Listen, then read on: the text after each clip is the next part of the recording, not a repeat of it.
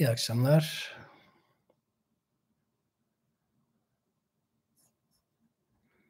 Üçüncü dersimize başlıyoruz. Üçüncü Uygurca dersimize.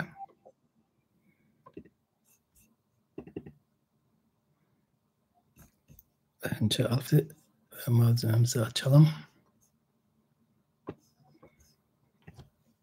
Kaldığımız yerden devam edelim.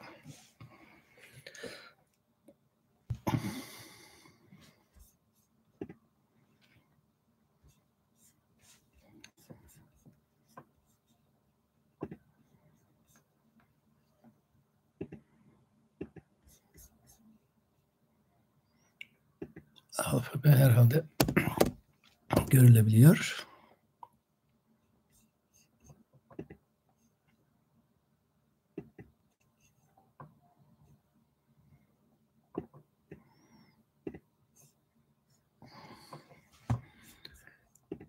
Tekrar alfabemize geçelim. Geçen hafta aslında alfabenin çoğunu yaptık. Hızlı olarak tek tek harfleri tanıttım. Birleşimlerine değindim. Şimdi bu hafta yine aynı usulden devam edeceğiz. Devam edip yine metin okuyacağız. İlk başladığımız metinden de okuyacağız. Yeni metinleri de tanıtacağım. Yeni bir metne de başlayacağız daha doğrusu. Şimdi en baştan başlayalım. İlk harf A ya da elif. Başta tek çentikli. Bunu büyüteyim. Şurada ekran hakimiyeti kayboluyor. Neyin nasıl görüldüğünü de anlamam için sık sık girip çıkacağım buraya. Herkes görüyordur herhalde.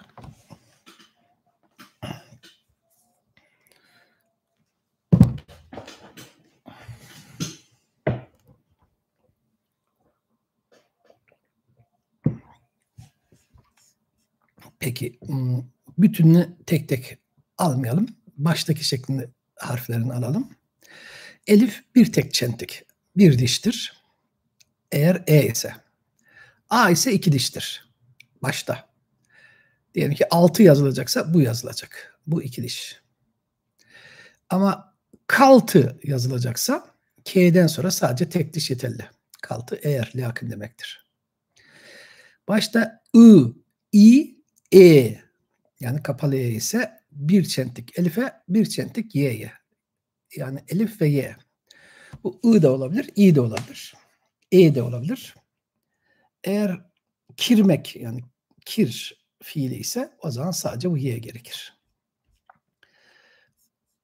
Kaydırmayı buradan yapıyorum. Alfabe ile ilgili sorularınız olursa bu hızlı gözden geçirmeyi bitirince sorabilirsiniz. U, O ise başta o zaman bir elif, bir vav. U ya da O'dur. Ama Ö ya da Ü olan yani Y'si, şu Y'si yazılmamış kelimeleri de bulunabilir.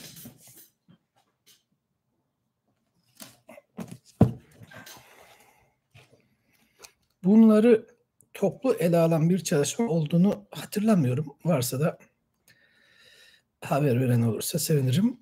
Ben bunları tek tek toplayıp yazdım. Mesela ömek, düşünmek yani Ö. Bir tek elif ve vav ile yazılmış birçok kaynakta. Ya da ne varmış? Ök, pekiştirme edatı. Bir tek elif ve vav ile yazılırmış. Sonra da K'si. Mesela o da ök oluyor. Biraz yaklaşsın çünkü gözüm iyi görmüyor. Mesela sökmek, kırmak, parçalamak. S, vav, K. Demek ki en başta da böyle Y'nin yazılmadığı örnekler varmış. Özlüg, canlı, can taşıyan. Elif, vav, Z, L, Ü, K. Bunlar varmış. Ö ile. Ü ile de varmış. Mesela üzmek, parçalamak olabilirmiş bir yerde. Ya da ünmek, çıkmak. Bir elif, bir vav, bir nun. Çıkmak, yukarı çıkmak, ortaya çıkmak, bir yerden çıkmak. Yerlerine ünmek böyle yazılabilirmiş. Ö ise başta bir elif, bir vav, bir ye. Yani Arap alfabesindeki terminolojiyle hareket ediyorum ki Arap alfabesini bilen varsa kolay anlasın diye. Yani başta ö, ü ise bu şekildeymiş. Ortada ise mesela körmek olacaksa sadece vav ve ye yeterli. İkinci hecede tek vav yeterli. Körünmek olsa mesela körün sadece bu. Ka, ga, ha. Bunlar bu şekilde. 2 nokta olabilir, 1 nokta olabilir, noktasız olabilir. Hangisi ka, hangisi ga, hangisi ha? Metnin gidişinden bakarsınız, yani yazmanın gidişinden özür dilerim. Her yazmada farklı olabilir. K ya da G bu şekilde tıpkı Osmanlıca'daki gibi kef harfi hem K hem G'yi gösterir. Y başta ünsüz olarak bu şekildeymiş. İçeride bu şekildeymiş.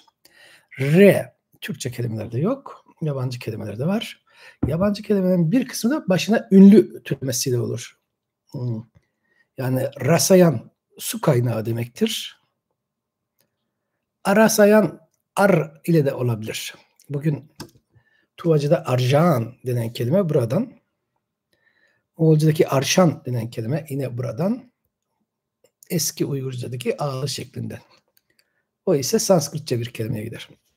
Peki başta L bu şekildeymiş. Bu da yine sadece Türkçe olmayan kelimelerde ve ortada bu şekilde. T böyle. T, D.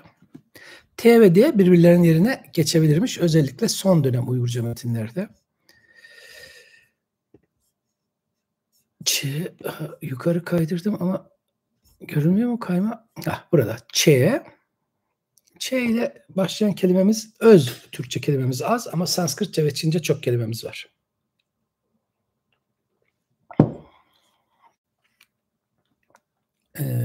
S ve Ş. S ve Ş'yi ayırt etmek o kadar kolay değil. Başta, ortada, sonda. Ş biraz daha şişman oluyor bazı metinlerde ve bazılarında altta 2 nokta oluyor. Z ve J bu şekilde. Başta zaten çok az var. Z ile ya da J ile. Jüngim, ipek, iki kelimesi. 2 tane Çince karakterden oluşur. Jüngim. Jüngim bununla yazılabilir. Uygur hukuk metinlerinde bazı kelimeler var. Jun ya da zun. Az miktarda. İçeride, ortada, sonda diyemiyoruz. Sadece sondaki şekli böyledir. Ortada olursa yani kendisinden sonra gelene birleşmez. Arap alfabesindeki Z ve R harflerinin sistemiyle aynıdır. Kendisinden sonra gelene Z birleşmez.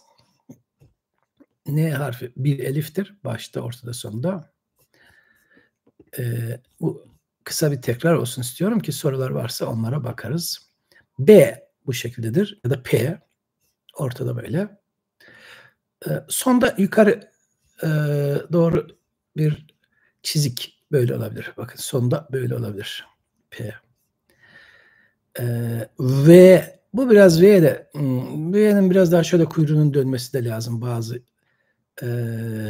yazmalarda. Yazmaya göre bunu anlayabilirsiniz. Yani şöyle pardon. Bakalım. Bunu normal bu metinlerde, Budist metinlerde çok az rastlarsınız ya da V ile başlayan kelime neredeyse çok azdır. Bu şekilde böyle bir harf karakteriyle. M bu şekilde M'yi görüyorsunuz. Ortadaki şekli yani şu çizgi şöyle sağa gidecek. Şu sola gidecek. Sondaki şekli ise neredeyse Arap yazısındakiyle aynıdır. M'nin. Kısaca harflerimiz böyle. Unuttuğumuz bir şey varsa okurken görürüz. Bir sorunuz varsa biraz bekleyeceğim. Herhalde sistem çalışıyor. Sorunuz varsa rahatlıkla sorabilirsiniz.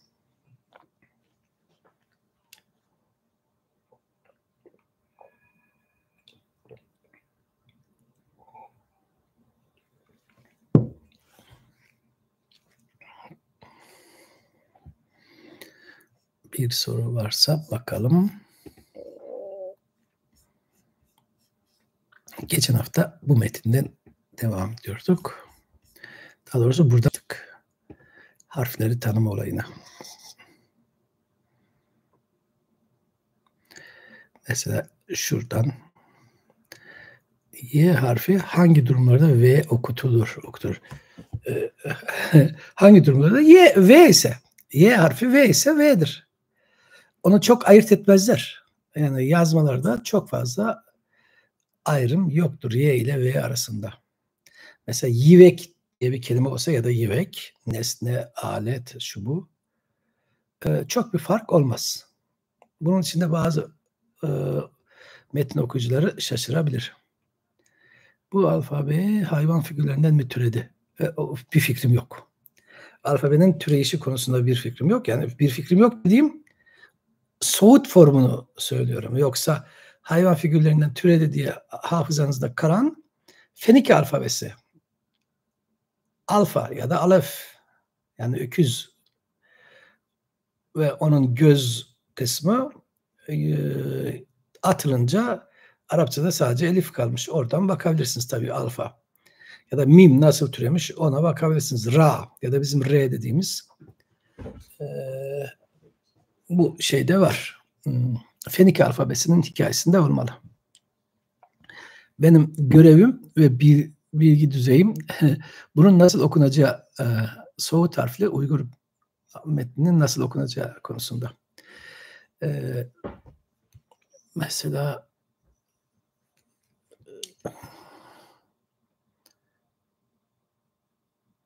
şimdi zikretmeyeyim ama bir Uygurca metinde V ile okunması gereken kelime Y ile okunmuş. Sonra ikinci ayında düzeltilmiş. V'ye dönüştürülmüş. Yani V ile başladı. Bir de söz varlığı. Böyle bir kelime var mı yok mu? Olabilir mi olamaz mı? Eski Türkçenin veya eski Uygurcanın söz varlığında şu kelime mümkün müdür değil midir? Yani ilk defa bir kelimeyle karşılaştığınızda V mi Y mi karar veremediğinizde önce bütün sözlük gözden geçirilir, bağlam gözden geçirilir. En son çaredir kendinize göre bir okuma geliştirmeniz. Şimdi bugün değineceğim şeylerden birisi var mesela transliterasyon. Ona burada değineyim. Bir transliterasyon örneğine değineyim oradan. Evet, Soğut alfabesinde L yokmuş diye R'ye kuyruk eklenmiş. Peki şuradan mesela bakalım. Han balıkı kedinin te. Transliterasyon ve transkripsiyonu anlamak için. Han bir tane kaf harfi, bir elif, bir de N ile yazılmış. Kan ya da han okumak bizim yorumumuza bağlı. Bu noktasız K bu yazmada neymiş? Bunu bilirsek kan ya da han okuyabiliriz. Balıkı bir P harfi, bir elif harfi, bir L harfi, bir Y harfi, bir K harfi, bir Y harfi varmış. K yani kaf. Kafta 2 nokta varmış. Bakalım bu kaçıncı satırdan okumuştuk? 9. Han balıkı kedinin te. Bunun bende okuduğumuz metinde yeri var mı? Ona bir bakayım. Han balıkı kedinin te. 9.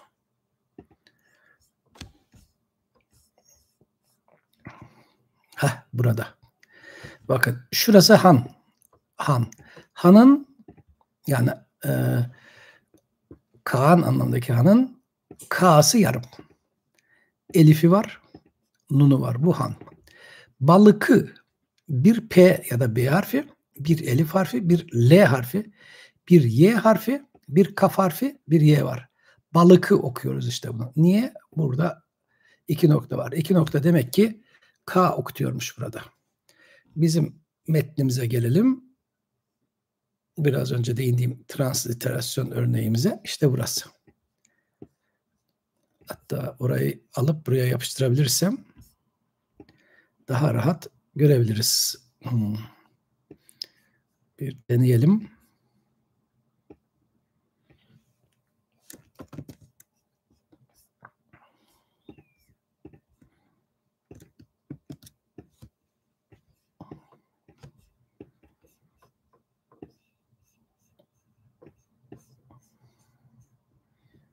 buradan şu şekilde bakabiliriz. Han balıkı.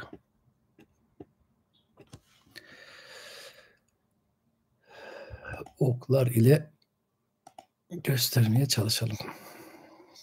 Burada han, sonra şurada balıkı.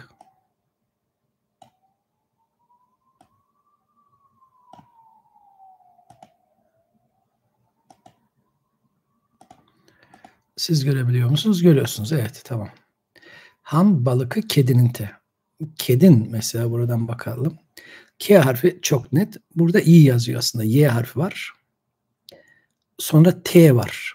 Biraz karanlık fotoğraf, o kadar iyi değil. T olduğu için bunun D olmasını bekliyoruz. Bakın burada transliterasyon ile transkripsiyon arasındaki farkı söyleyelim. O Y ve V olayı gibi. Transliterasyonda, yani harfin çeviriminde var olan neyse onu yazarız. Bir yorumumuza gerek yok. Kef, kef. Y, Y. Burada T varmış şurada. T burada. Sonra nun varmış şurada. Nun. Ketin. İ yokmuş. Şu i yokmuş. Bu i'yi gösteren bir şey yokmuş. Ketin. Ninte. İ. Yani Y buradaymış. Hepsini burada göstermişiz. K, Y, T, N, Y, N, T, E.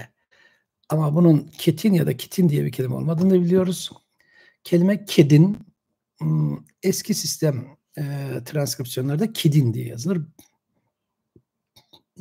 Batı da olabilir. Çoğunlukla batı anlamlıdır kedin. Bir sözcük daha var. Bu iyilik eki, üçüncü kişi, bu zamir neyesi, bu lokatif, ablatif eki. Yeme han balıkı kedinin de üzülür. Bugün fırsat olursa bu metinden okuyabiliriz. Yani başkentin batısında sona erer. Tamam. Şuradan Müller'in alfabesinden biraz alıştırma yapabiliriz. Sonra metin okuyacağız.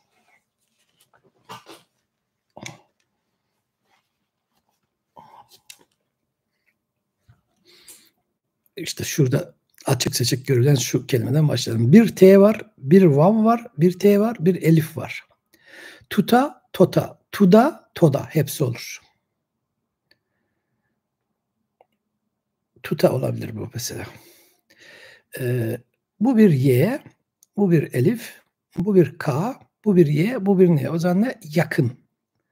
Bunu vakın da okuyabilirsiniz. Ama Türkçe'de öyle bir kelime yok. O halde bunun vakın olmadığını biliriz. Yakın. T, bir T harfi, bir vav harfi, bir R harfi, bir sin harfi, bir elif, bir R. O zaman tursar. Bütünü yakın tursar. Yakın tursar.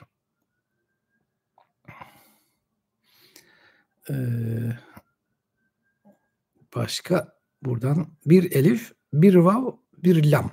Ol. Ol kılıç. Ol kılıç kün. Burası da kün. K, vav, y. Hepsi kü ya da kö. Ya da köz. Yazının durumuna göre anlayacağız. Buna baktığımda bunun Z olduğunu anlıyoruz. Köz. Küz de olabilir. Köz de olabilir, küz de olabilir. Her şey olabilir. Yani yuvarlak ünlü köz ya da küz olabilir. Devamına bakalım. Bir Y, bir elif, bir kef, bir nun. Mesela bunu yeke okuyabiliriz. Yeke. Yeke yalguz kaltı. Değil. Öyle bir şey yok. Yeke değil. Çünkü o dönem yeke diye bir kelime Türkçenin sözlüğüne henüz girmemiş. O zaman bu bir ünlü olabilir. Siz göremiyor musunuz?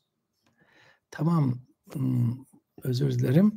Ben bunu yukarı doğru şu şekilde koyarsam tamam. O zaman tümden okuyayım. Eğer burası görülmediyse bir T, bir vav, bir T, bir elif. Tuta veya tota veya tuda veya toda. Bir y, bir elif, bir kaf, bir y, bir nun. Yakın. Yakın. T, U, O, R, S, E, A, R. Tursar. Yakın tursar. Elif harfi tabii ki bu tek başına bir anlamı yok. Yanındaki vav ya da y'ye göre şekillenecek. Bu u ya da o. Tabii bu no da olabilir. Bir lam. Ol ya da ul. Ul diye bir sözcük var mı? Var ama buradaki o değil. Buradaki o değil. Nol diye bir de kelime yok. Nul diye de bir kelime yok. O halde bunu ol okumak durumundayız. Ol. Bu kılıç gibi biraz önce tarif etmiştim. Bu küz ya da köz demiştim, anlatmıştım. Burası da yeke olabilir demiştim. Y, elif, kef, elif. Ama öyle bir kelime yok. Eski Türkçenin yani eski Türkçenin söz varlığında o dönem henüz böyle bir kelime yok. Türkçe'de değil zaten. O zaman bunu ünlü alırız. Y'yi i ya da I, N, K ve E. Bütününü o zaman ine ya da ına okuyabiliriz. Bu ikisi nun ve kef ne sesini gösterir. Bütünü alırsak közüne. Şunu biraz daha kaydırayım. Böyle kaydırayım. Benim görüntümü ki şey büyüsün olmuyor. Niye olmuyor bilmiyorum. İşte burası şöyle herhalde görüyor. Burası ine bir ek. İyelik eki zamir neyesi datif olan KK datif olan KK zamir neyesiyle birleşince ne olur? O zaman burası közüne. Küzüne de olabilir ama küzüne diye bir kelime bağlama uymuyor. Yani onun sonbaharını anlamında küzüne de olur. Teorik olarak şu. Yani bunu böyle alıp getirelim. Hatta yan yana koyalım. Birlikte bakalım. Şu şekilde koyarsak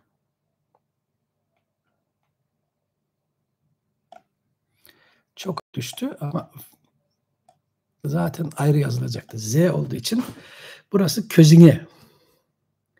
Közüne. Elif, vav, y, ö ya da ü. Nö ya da nü de olabilir. Nö ya da nü yok. Bunlar nideli değil ki. Kırşehirli değil ki nöryon desinler. O zaman bu ö ya da ü.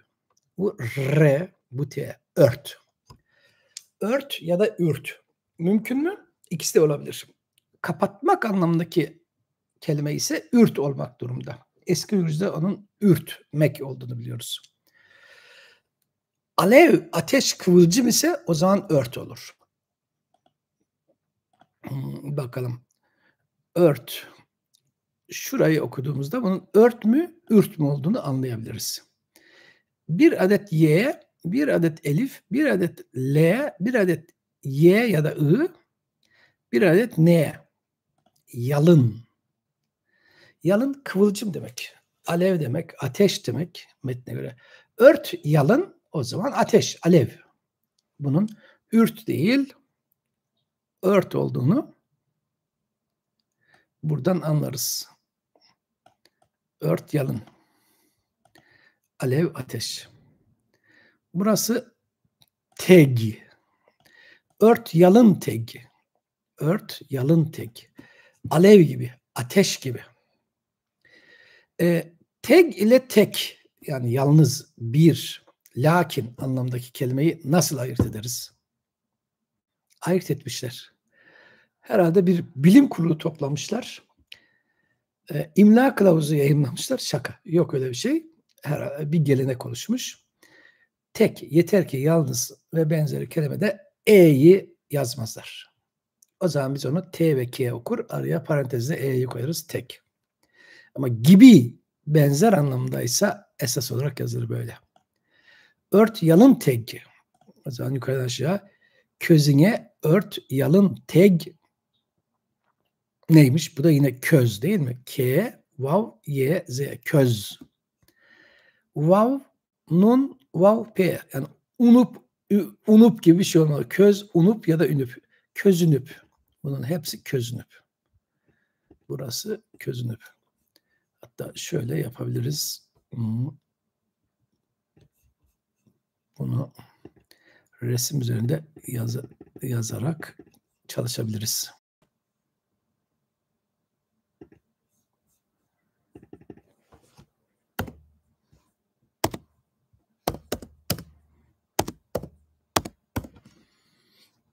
Bu fazla büyük oldu.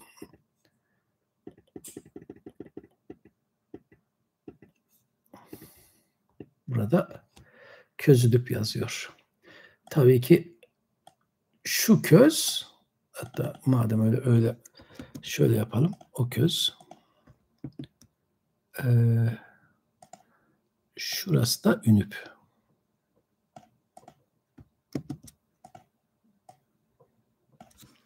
Közünüp. Böyle belki daha kolay olur. Anlamak için öğrenirken kolay olur. Yani burada bir tane V var, nun var, V var yani vav ve bir P var. Kısaca böyle. Bir satır daha okuyup metin okumaya geçebiliriz. Tamam. Burada bir elif, bir y var. Bakayım herkes görebilir mi? Görüyor. Evet. Elif, y, elif, ç, elif. Elif dediğim aynı zamanda nun demektir. Hiç bilmiyoruz. Yansız olan. O zaman bunu hatta şöyle alalım. Bunu da çalışalım. Birlikte çalışalım. Yani yazarak çalışalım burada.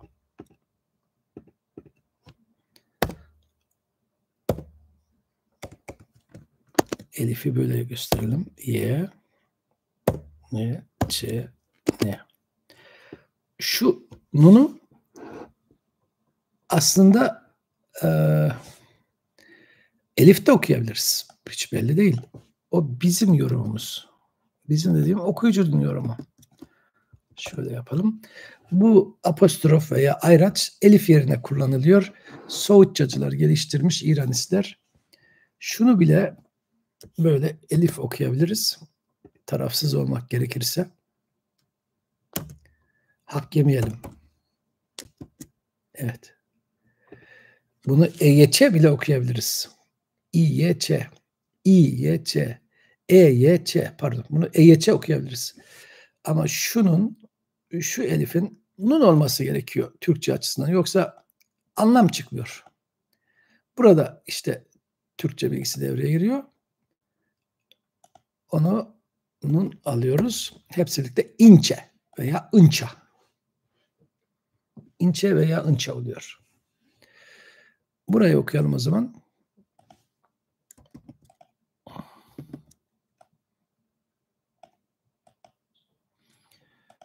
Birinci harf S. İkinci harf elif. Üçüncü harf kaf. Dördüncü harf Y. Beşinci harf nun. Altıncı harf vav. Ve son harf R. O zaman bunu sakınur. Sagınur da okuyabilirsiniz ama bu yazmada iki noktalı kaf demek ki kalın K okunuyormuş. Bunun üzerine nokta koyma imkanım var mı? Şöyle bir bakayım. Unicode'daki harf birleşimleri bunun üzerine nokta koymama izin verecek mi? Olursa iyi olur. Oldu. Evet. Gördünüz. Sakınur. Sakınur.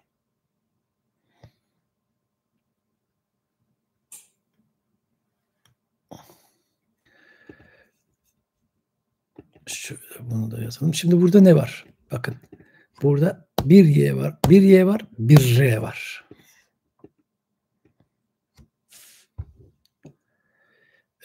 Birinci Y ünsüz. İkinci Y ise ünlü. Yir okuyabiliriz. Yir.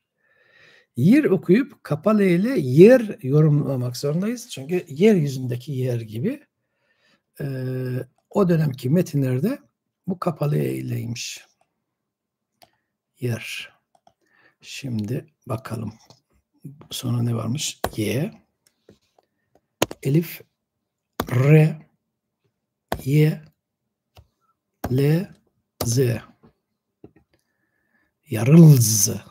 Birinci Y ünsüz, ikinci Y ünlü. Sondaki de Z. Ve sonra ne geliyor? Vav, nun. Yarulzun. Sonra ne geliyor? Elif, R, T, Y. Yarulzun erti. Batsın bu dünya der gibi. Yarulzun erti. Erti, ermek, fiil. Yardım fiil. Peki, bu kadar yeterli bu metinden. Başka metinleri de okuyabiliriz. Biraz yine metin okumaya devam edelim. Sonra alfabeye yine bakarız. Ama yine de sizin bir sorunuz varsa ona da cevap vermeye çalışırım. Mesela burayı şu 3 bilen okumasın artık. İyi bilen okumasın. İyi bilmeyenler, sorusu olanlar okumaya ve sormaya çalışsın. Burayı ne okuyabiliriz? Bu neymiş?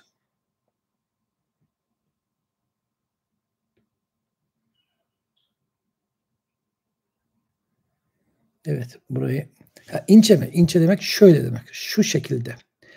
Bence, sence, onca. Ona göre yani o şekilde demek. İnce. İncenin yalın şekli yoktur. Ben ve senin yalın şekli var. Ama ince, inçip öyle olup, o şekilde olup, öylelikle. Ança şekli de vardır. Ança öylece. Burayı okuyabilecek olan var mı? O birinci kelimeyi iyi bilen, alıştırma yapmış olanlar okumasın. Benimle birlikte başlamış, öğrenmeye çalışan varsa onlar okursa iyi olur. Hiç değilse neyi eksik anlattım veya ne eksik onu anlarım. Bir Y var değil mi? İkinci bir Y daha var. Bir R daha var. K var, elif var. Yerke. Bu iyi, yirke diye transliterasyon yapıp yerke diye okumamız lazım. Yani şöyle yazayım. Şuraya yerke okuyup yerke transkripsiyonlamamız lazım. Yere demek, yere veya yerde. KK Türkçe'de datif ama lokatif de olabilir. Şimdi sonrasında okuyalım madem başladık. Bu K, bu Y, bu R değil mi? Kir. Kir. Bu elif, AE. Arka arkaya 2 tane Y var. Sonra nun. Uzatmış nun. Kısa olsaydı Z olurdu. O zaman şöyle bir şey alalım. Bunu atayım ki buraya yazımızı yazabilelim.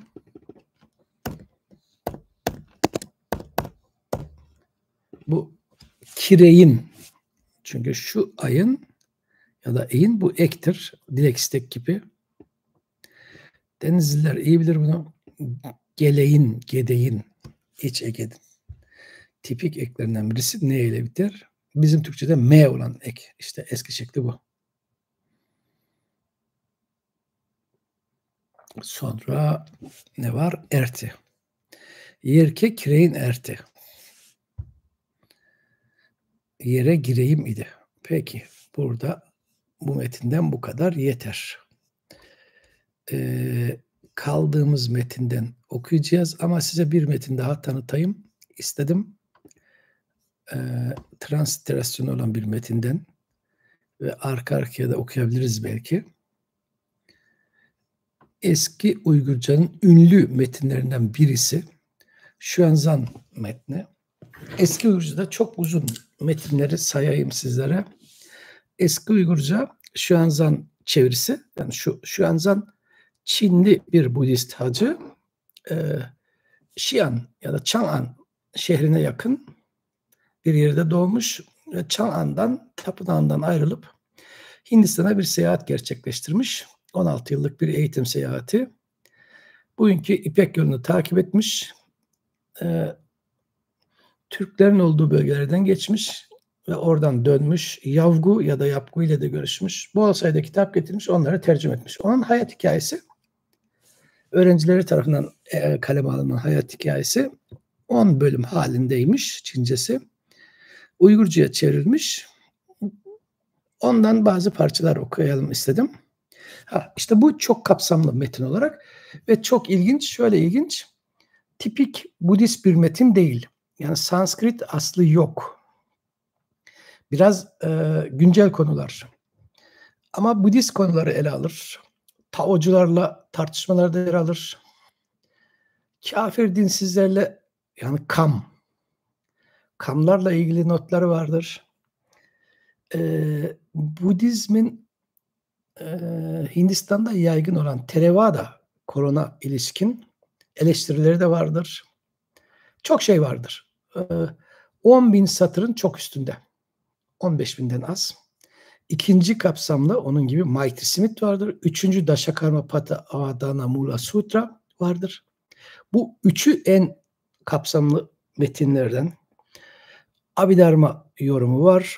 Başka uzun metinler. Tabii ki Altun Yaruk var. Altun Yaruk. Yani 4 metin Altun Yaruk, Dashakarma, Mighty Smith ve Xuanzang. Bu 4'ü çok kapsamlıdır. Her biri 10.000 satırın üzerinde.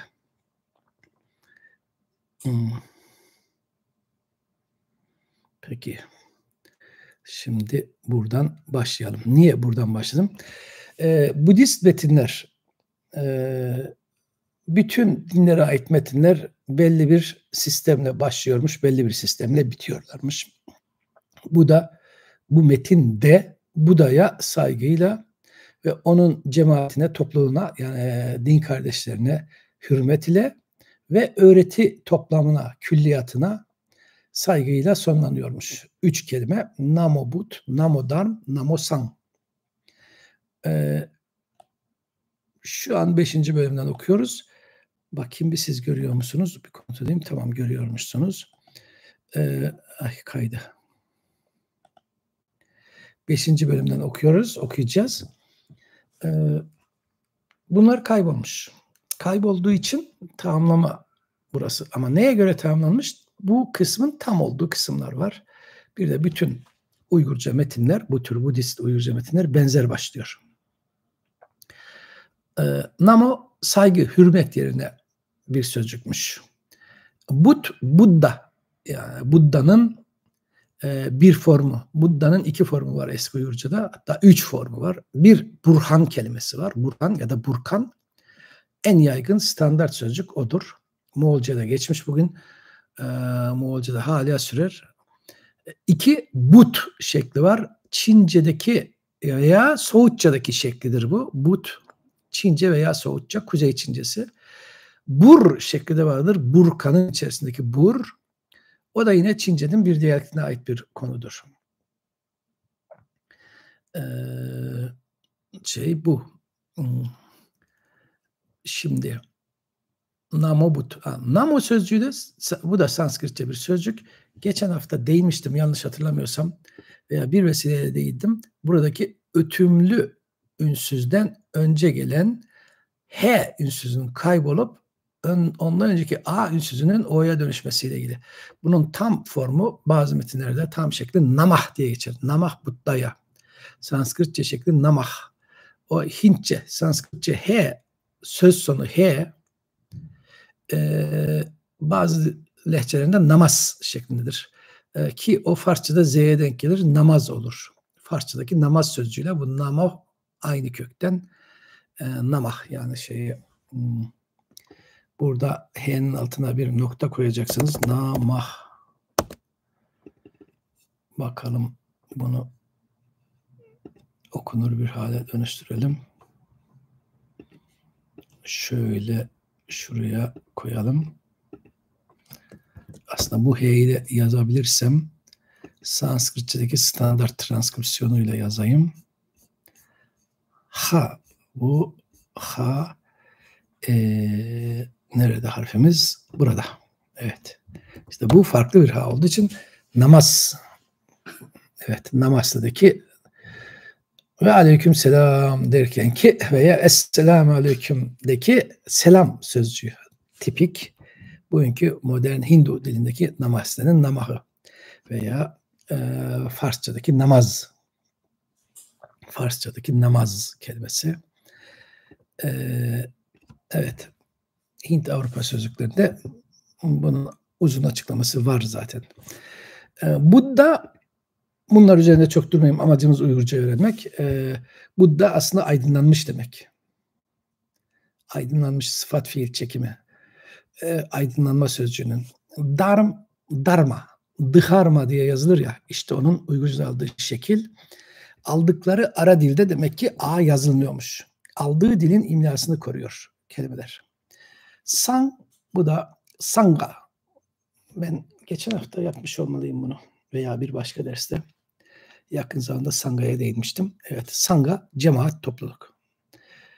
Buraya geçelim. Altta Bodhisattva Taito Samtso Acharı'nın yorukun okutmak atlık tsin çüyen tegme kavi nom bitik. Cümle burada bitti. Bodhisattva Soğutça ve Toharca şekillere dayanan bir söz. Birkaç şekli var. Geldiği döneme, Uygurca'ya geldiği döneme ve geldiği ara dile göre değişir. Bodhisattva yerine Bodhisavat şekli de vardır. Yani T sonda V ortada da olabilir. Bunun için uzun makaleler yazıldı. Yeni çıkan Uygurca sözlükte de uzun maddesi olsa gerek. Yani Bodhisattva sözünün Uygurca'ya girmiş şekli. Bodhi ve Sattva. Bodhisattva geleceğin Budası. Buda adayı. Sattva yani canlı demek. Yüce canlı, ulu canlı. Taito, bu Çince bir sözcük. Çince datang denen kelime. Bu sağ taraftaki datang. Bugünkü Çince datang. Tang yani T-A-N-G. Şu ünlü Çinli hanedan. Eski Türk, yani 2. Türk Devleti'nin 1. Türk Devleti'ne son veren hanedan diyelim. 1. Türk Devleti kurulduğunda bu hanedan yoktu. Bu hanedan 1. Türk Devleti'ne hem Doğu Türklerine hem Batı Türklerine Tang hanedanı son verdi. Tarih konusu, o konu okuyabilirsiniz. Bizi ilgilendiren ise T-A-N-G, Tang kelimesinin Uygurca'da aldığı şekildir. Şöyle yazayım. Tang. NG ile bitiyor değil mi? Lütfen bu aklınızda kalsın. NG ile biten Tang dönemi Çince sözler Uygurca'ya O ile şeklinde, genelde O şeklinde girer. Yani A O'ya dönüşür, NG kaybolur ve uzar. Uzayabilir. Uzar veya uzayabilir. En iyi bildiğiniz sözcüğü, yani tanıdık sözcüğü söyleyeyim. Long, ejderha kelimesidir. Ejderha. O dönem girdiği zaman şöyle yazalım. Yok, Farsça namaz Uygurcadan gelmiyor. O başka. Onlar kardeş diller. Uygurca ve Farsça ve Hintçe kardeş diller. Birisindeki ses ötekisi de başka bir sese denk geliyor. Tıpkı Kazakça ve Uygurca gibi. Bizde yol iken Kazakça'da jol ise demek ki bir ses denkliği var. Ses kuralı. Şimdi ne yapacaktım? Yazacağımı unuttum. Evet. Bu nedir? Long. Long. Burada da bu NG kaybolur. Uzun anlatma sebebim, eğer Tang dönemi Çincesi kuzey diyalektinden bir kelime giriyorsa sonu NG ise Uygurca'ya genellikle NG'sini kaybeden ve ünlüsünü uzatan bir şekilde girer. Taito yani Tay büyük demektir. Datang büyük tan.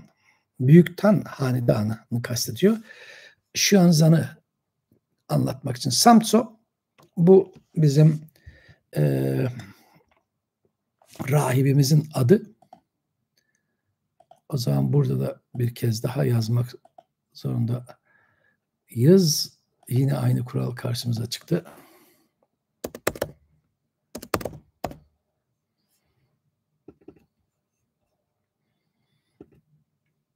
Bunu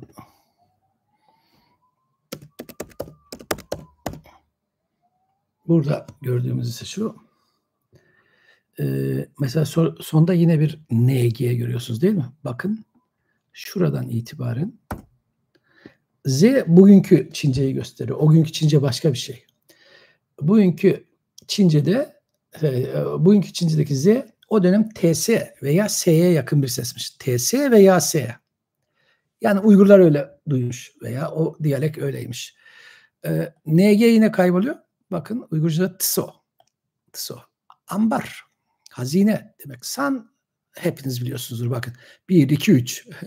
Samsung derken de galiba bu san olsa gerek Korecesi. Koreliler Hangul yazdığı için hep unutuyorum. Tekrar bakmam gerekiyor. Eğer bırakmasalardı Çin yazısını rahat anlayacaktık. Peki. Taito Samso yani büyük Tang 3 hazine harfiyen çevirirsek bu bizim rahibimizin sözünü ettiğimiz rahibin ünvanı aslında sıfatı olmuş. Kendi gerçek adı değil sıfatı olmuş. 3 hazine. 3 hazinenin anlamı Budizme özgü eserlerin külliyatı. O külliyatın kısa adı. 3 tane önemli eser grubu var. Bu hoca bunların hepsine vakıf olduğu için bu ünvanı almış. Sonra ne varmış? Achari'nin yorukun okutmak adlı. Şimdi Uygurcamıza geliyoruz işte. Achari, Sanskritçe acharya yani hoca, üstad kelimesinin Sanskritçe üzerinden aracı bir dille bir ihtimal Toharca Uygurca'ya girmiş şeklidir.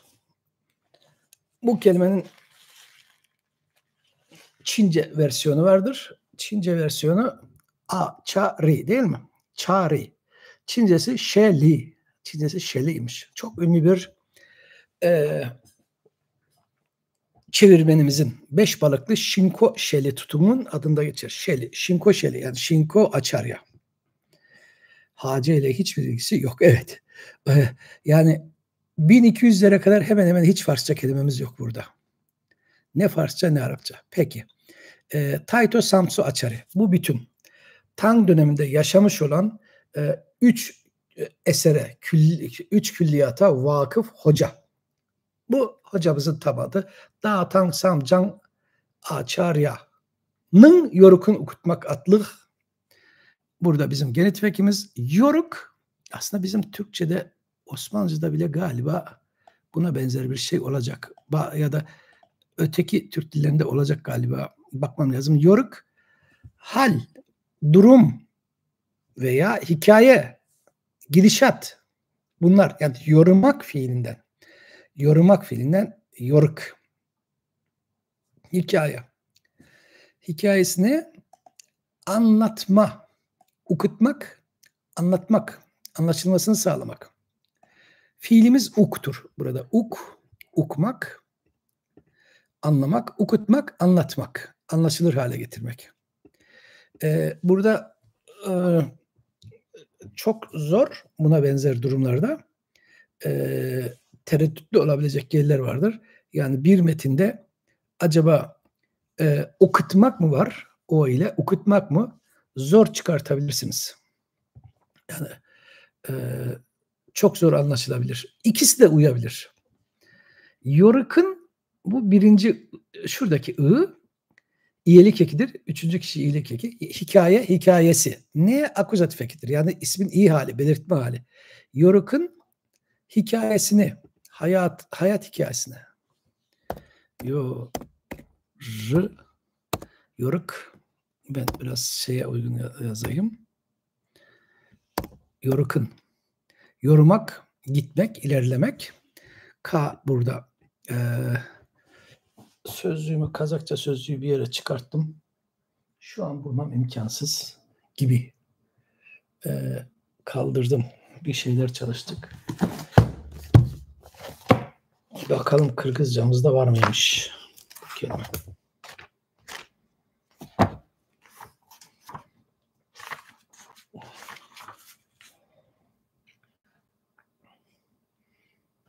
Şu an ilk bakışta bulamadım. Varsa, var. Coruk. Coruk, yürüme, yürüyüş. Hareket tarzı, gidişat, amel, iş. Evet var. Yaşıyor. Yoruk kelimesi burada Kırgızca'da coruk diye var. Kazakça'da joruk olsa gerek. Peki o zaman ben demiştim Osmanlıca'da olacak diye.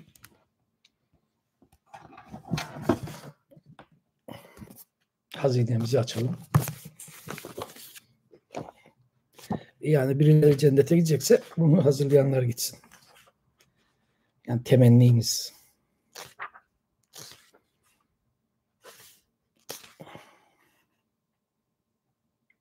Burada yoruk diye yok.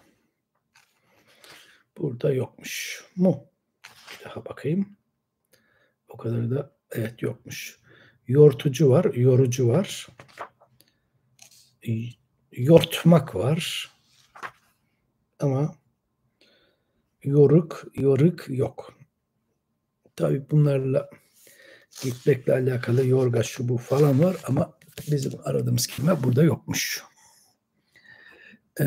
Ad ismini görev olarak mı kullanmış? Hangi ad ismini tam anlayamadım. Peki. Ukutmak. Yani buradaki mak bizim bugün Türkçedeki mame. Evet, joruk var. Joruk var. Sefer, yürüyüş. Evet. Kazakça evet. Evet, gidiş, sefer, yürüyüş Kazakça. O zaman buradaki uk fiil t ettirgenlik eki, fiilden fiil yapımı eki mak isimleştirmiş. İsim fiil diye de adlandırıyorlar. Ukmak ne kadar eski? Haydi bir de buna cevap verin bakalım. Ukmak. Ne zaman nerede görülüyor? En eski. Ben de çayımı alırım. Çay alana kadar müsaade.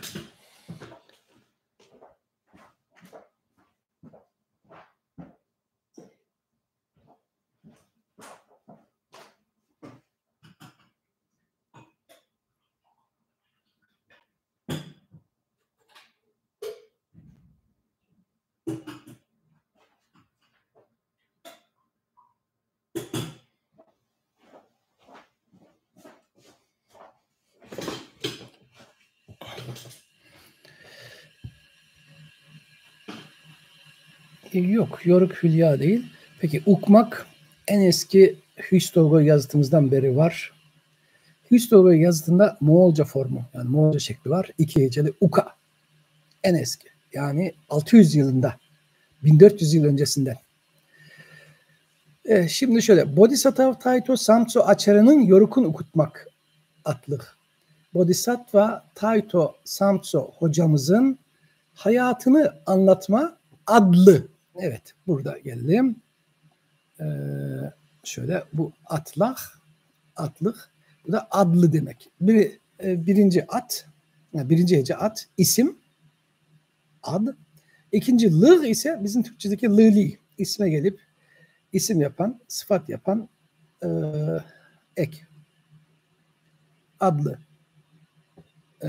Bodhisattva Taito Samso Achara'nın hikayesini anlatma adlı Tisi İnçüen Tegme Kavinon Bitik.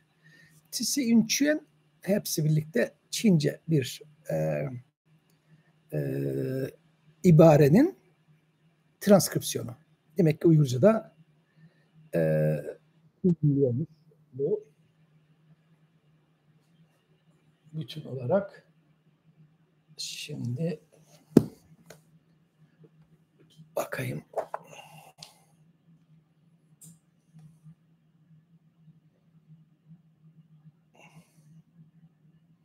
Sinçin.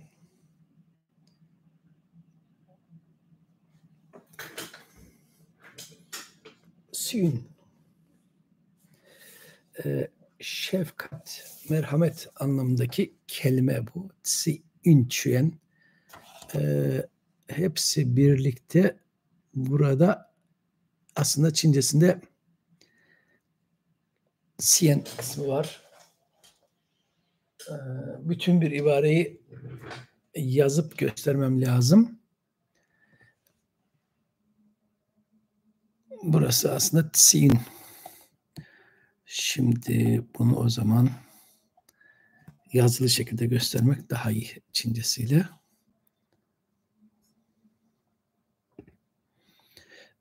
Baştaki tsi şeklinde gördüğünüz gibi eski Uygurca'da çift ünsüz ile görülüyormuş bu.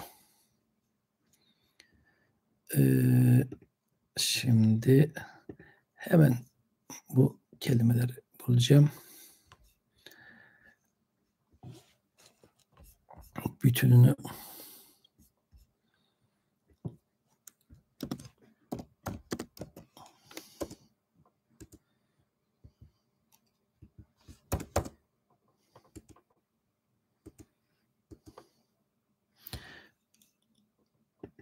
aslında orijinal metne baktım. Evet. Sinçin.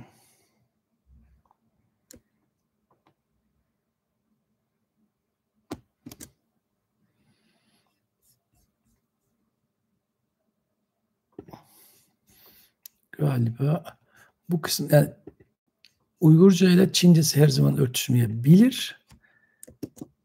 Şunların olması gerekiyormuş. Siyen aslında bu siyen. Her ikisi de gönül, düşünce. En alttakiler düşünce. Bu ise aslında bölüm anlamına gelen sözcüklerden de yanlış hatırlamıyorsam. Bu Uygurca tsi ile girmiş. Bugünkü Çincesi si, siyen. Tegme denen, yani anlamda. Denen veya yani. Bir dakika, ben ekranı görmüyorum. Sizin de görüp görmediğinizi bilemediğim için bir kontrol edeyim. Tamam, görüyormuşsunuz.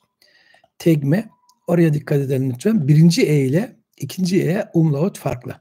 Yani birincisi kapalı E. Bizim E ile yazdığım kapalı E. Alman E'si ile yazdığım ise Türkçedeki yaygın E, yani açık E. Denen. Denen. Nasıl? Denen, demek, denmek ve denen. Bugünkü Türkçe'de. Aslında denen. Denilen bile diyen var. Uygurca kelimemiz ise temek, temek, fiilimiz bu kadar. Demek, söylemek. Sonra işte sıfat fiil eki geliyor. Özür dilerim. Şu E'yi yazalım. Bunu niye söylüyorum? Ben Türkiye'de kolay anlaşılsın diye şöyle yapıyorum. Böyle yazıyorum. Kapalı E'yi noktalı gösteriyorum. Şimdi bilgisayarda noktayı aramaktansa, gidip bir yerlerden getirmektense bunu kullandım. Eğer Şimali Azerbaycan'daki kardeşlerimiz gibi olsaydı o zaman iş kolaydı. Şöyle olacaktı. Şuraya hardadır. Tapabilmirem.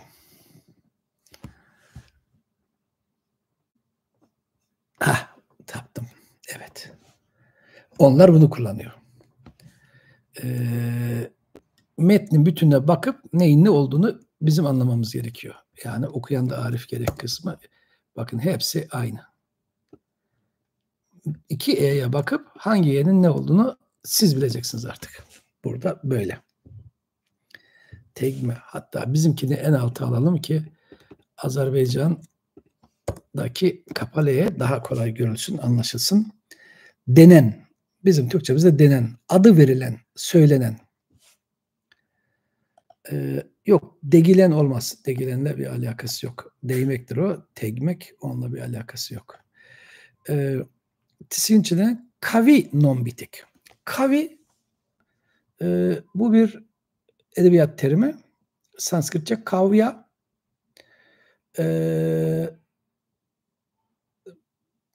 Osmanlıca terimi hatırlayacağım. Secili mi deniyordu Osmanlıca'da? Unuttum. Şiirsel özelliği olan düz yazı. Şiirsel özelliği olan düz yazıya verilen addır Sanskritçe. Yani manzum değil, mensur, yani nazmedilmiş değil, nesredilmiş, nesir olarak yazılmış ama şiirsel havası olan metinlere verilen admış. Non-bitik. Non-bitik ikilemedir. Non-bitik ikileme. Non ve bitik. Non öğreti demek. İkileme de olabilir tabii. Burada öğreti kitabı, pardon, öğreti kitabı. Non öğreti. Bitik kitap. Bunu açıklamama gerek yok. Biraz Türkçe ile ilgilenen herkes bunun bitik kitap olduğunu biliyor. Yazılı olan her şey. Burada elbette kitap 200-300 yıl önce olsaydı yazıt olurdu. Yazıt anlamına da gelirdi. Eski Türk yazıtlarında bitik, bengü bitik yazıt oluyor değil mi? Bitimek fiilinden G ile türetilmiş bir isim. Nom ise Soğutça bir sözcük, öğreti, kanun, yasa. Deniyor ki Yunanca nomos sözcüğüymüş, Soğutça olan. Ve diğer bilgimizde Süryani rahiplerin, mütercimlerin Yunan klasiklerini Arapçaya tercüme ederken kim dönemindeydi unuttum. Emeviler döneminde miydi? İşte o faaliyetler esnasında Yunanca kelimeyi nomosu namus olarak aktarmışlar. Namus olarak geçmiş Arapçaya. Biz de oradan aldık. Aslında namus kanunla ilgilidir. Kanuni bir kelime. Beşinci tekzinç. İşte Türkçemizi burada konuşturacağız. Beşinci. Sıra sayı ekleri Türkçe'de neçeymiş.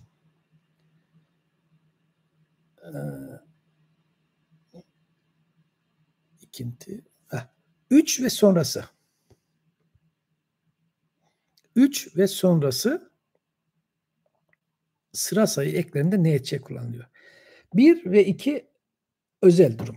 Bunu biraz farklı dillerle uğraşan herkes bilir. İngilizce içinde konuşursak biliriz. Birinci mesela İngilizce'de one. One kelimesine bir sıralama eki gelmiş mi? Yok. One gitmiş, yerine first gelmiş. Birinci. One gitmiş. Bizim Türkçemizde birinci. Onu söylemeyi unuttum. Eski Türkçe'de en ilki. En ilki birinci demektir. En ilki veya ilki. İkinci ise ikinti şeklindedir. İkinti. Demek ki birinci ve ikincinin şeyi farklımış. Veya baştınkı. Baştınkı. Birinci için baştınkı olabilir, en ilki olabilir. İkinci için ikinti olabilir. Üçten başlayarak üçünç, dörtünç, beşinç, altınç, yetinç, sekizinç, dokuzunç, onunç, yegirminç, otuzunç, kırkınç, kırkınç ötesini bilmiyorum. Ellinç şeklini bilmiyorum. Tek tek bunları kaydetmiştim. Onun için hafızamda ellinç hatırlamıyorum. Olabilir. Bakayım.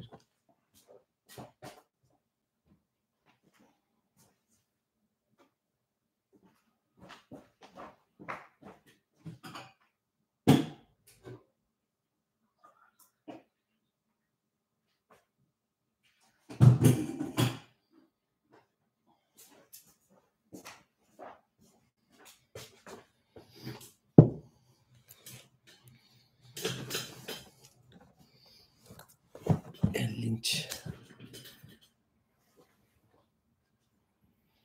O kadar uzun bölümü olan var mı? Yani eliginç olması gerekir de kırkınç vardı diye düşünüyorum. Kırkınç.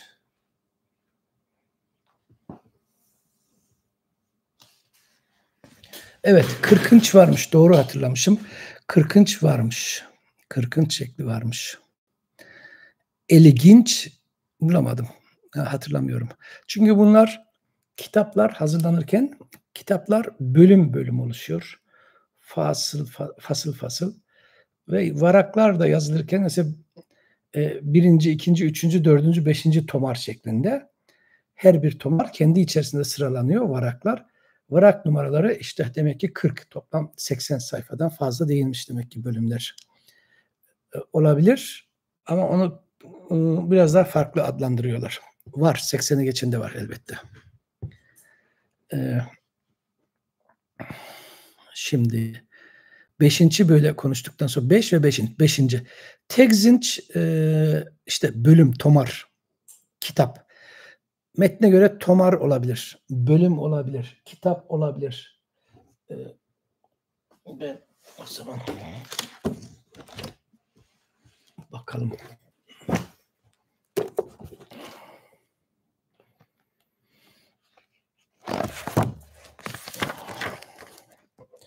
Kitap tomarı, bölüm, devir, girdap anlamı da varmış. Çünkü kelimenin kökeniyle alakalı. Şunları biraz kenara çekeyim ki metni daha rahat görebilirsiniz. Metnimiz nasıl başladı? Cümleyi bitireyim, ondan sonra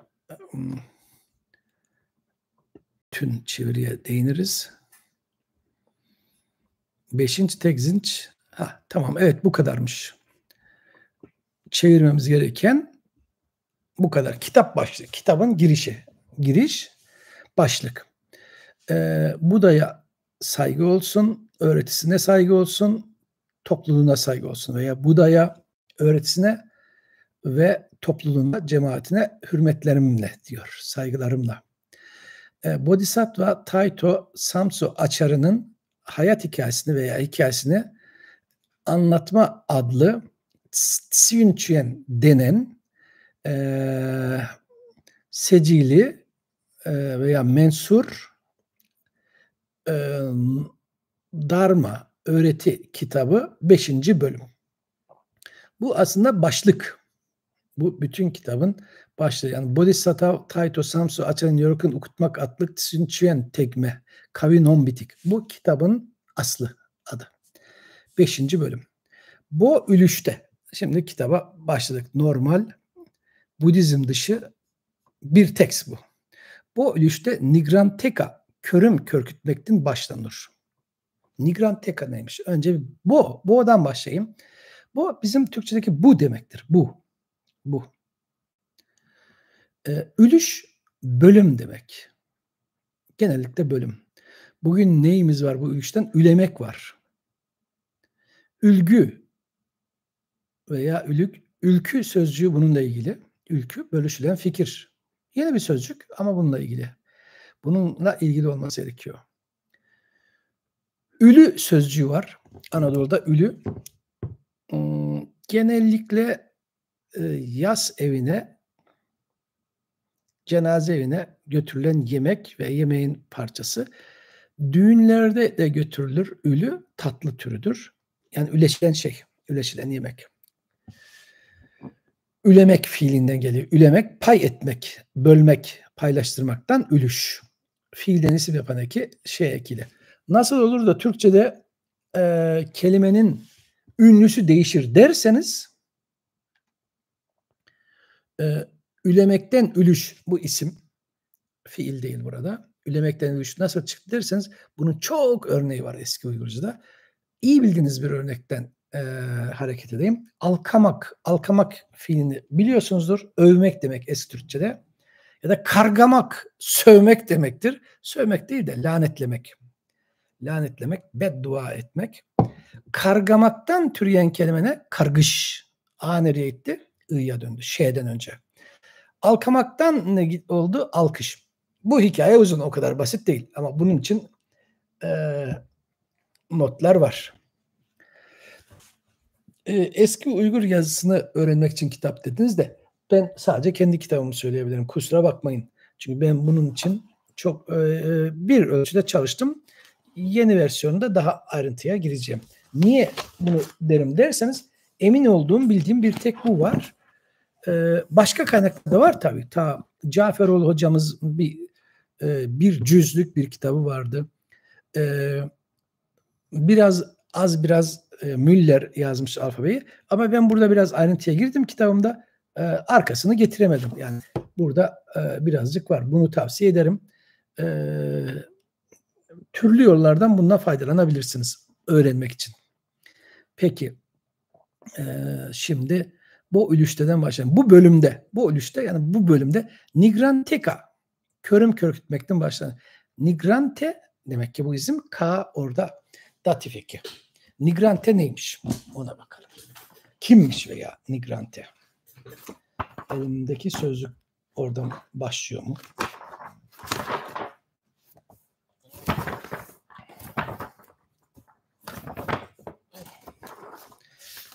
Oradaki K datif eki.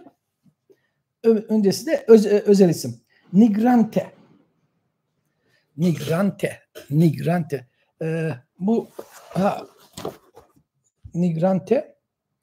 Jaina rahibi demekmiş. Jainizm. Jainizmin rahibi. Jaina dinine bağlı rahip. Öteki anlamda çıplak münzevi demekmiş. Çıplak inzivaya çekilmiş olan kişi. Bir Budist için Jaina rahibi yani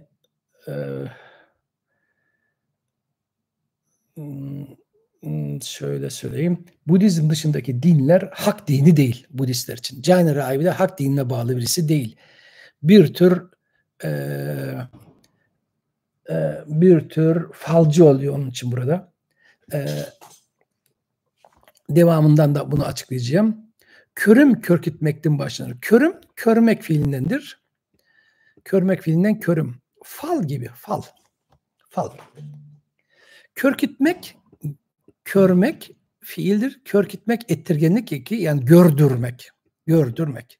Göstertmek. Körüm körkütmek, fal baktırmak. Din ablatif, yani çıkma, ayrılma, denden halidir. Körkütmek din. Bizim Türkçemizdeki dan den burada eski Gürcü'de din şeklinde. Din. Buna geçen hafta değinmiştim. Öyle hatırlıyorum. Bugün çağdaş Uygurcu'da hala sürer. Herhalde yazı dilinde yaşatan tek dil o olsa gerek bugün. Bu bölümde Jaina rahibine fala baktırmaktan başlanır veya bu bölüm Jaina rahibine fala baktırmaktan başlar. Tercüme size bağlı. Yani o neler, dönüşlülük veya edilgenlik, ettirgenlik, bunlar sizin kuracağınız cümleye bağlıdır. Bu başlamak, bizim Türkçemizdeki başlamak, başlanmak ve başlanır. Ür, geniş zaman ve şimdiki zaman ekidir. Kitabın bu bölümü nasıl başlıyor? Onu anlatıyor. Bu arada hemen bir kısa açıklama yapmam gerekir. Bu rahip şu an Hindistan'a gitmiş. Sonra 16 yıl sonra dönmüş. Dönerken yolda başına gelenleri de kaydetmiş. Bu yola çıkış hikayesi, dönüş hikayesi, dönmeye başlayacak. Yola çıkmaya yakın ve yol üstünde nelerle karşılaştı, yola çıktı, onlar anlatılır. Bu bölümde nigrante'ye fal baktırmaktan başlanır. Harfiyen böyle söyleyeyim. Burada bir soru varsa buna değineyim, sonra devam edelim. Zaten biraz da uzamış. 22-16 olmuş. Buçukta tamamlarız. Önceki metinden de okuyacağımızı sanıyordum ben. Farklı bir metin görelim diye bundan başladım. Öteki metne haftaya da devam ederiz. Körkütmekten başlanır. Yeme han balıkı kedinin te, kemi suğuna tegmek üzülür. Yeme ilaveten, ayrıca demek. Eski Uygurca'da, eski Türkçe'de yani kök Türkçe'de ilk kez görülür. D şeklinde. Bugünkü çağdaş Uygurca'da ve Özbekçe'de devam eder. Özbekçe şekli ma mı, me mi unuttum bilmiyorum ama Uygurcası mu şeklindedir. Mu. Bizdeki soru eki mu şeklindedir. Ve Japoncayı öğrenen Uygurlar bu mu'yu sık sık Japonca mu ile karşılaştırıp akraba da sayarlar. Hiçbir şekilde bağı yok. Mu çok modern bir şekil. O ma'ya gider. O ma da buradaki gime'ye gider. O gime de eski kök Türkçe yeme'ye gider. Yeme ise bizde kökü unutulmuş bir fiille ile alakalı olmalı. Moğolca nemekü, eklemek, ilave etmek, katmak fiiliyle alakalı. İşte o dönem varmış yeme. Yeme han balıkı kedininte.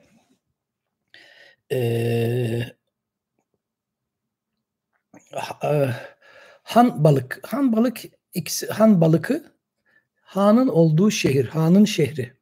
İyelik eki ama han balıkı başşehir. İkisi birlikte başşehir burada, başşehir.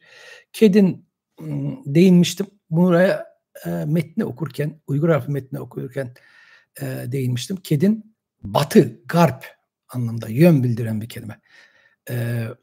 Ve neymiş? Başladığı şekil bu Cihane rahibine fala baktırmaktan başlıyor. İlaveten başkentin batısında Kemi suğuna tegmek. Kemi suğu başlı başına bir ibare. Kemi suğu kanal demek. Kanal, su kanalı. Eski şehirlerde iyi bildiğiniz konu Avrupa şehirlerinde bile kalenin çevresinde, surların çevresinde su kanalı var. Düşmanların girmesini önlemek için. Bu eski Çin şehirlerinde de var. Bazı şehirlerde varmış demek ki. Kemi su yani gemi suyu. Gemi suyu. Tegmek üzülür. Tegmek ulaşmak. Ulaşmak, değmek. Bugünkü Türkçedeki temas etmek, değmek, dokunmak fiiliyle aynı. Üze ile anlamındaki bir kelime. İle ve demek istiyorsanız Türkçe'de arıyorsanız işte bu üze kelimesi. Bugün kullanmıyoruz. Bugün bu manada kullanmıyoruz. Üze. Üzülür. Üzülmek kırılır, kesilir, biter. Aslında kesilmek. Üzmek, kesmek, üzülmek, kesilmek. Yani bitmek, biter. Burada da kitabın bu bölümünün çok kısa özeti. Başlangıç ve bitişini anlatıyor.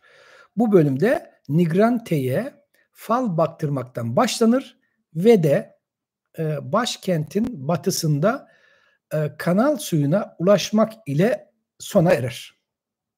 Buraya kadar bir sorunuz varsa buna değineyim. Kökü yığma olabilir mi? İlemek. Hangi sözün kökü yığma olabilir mi?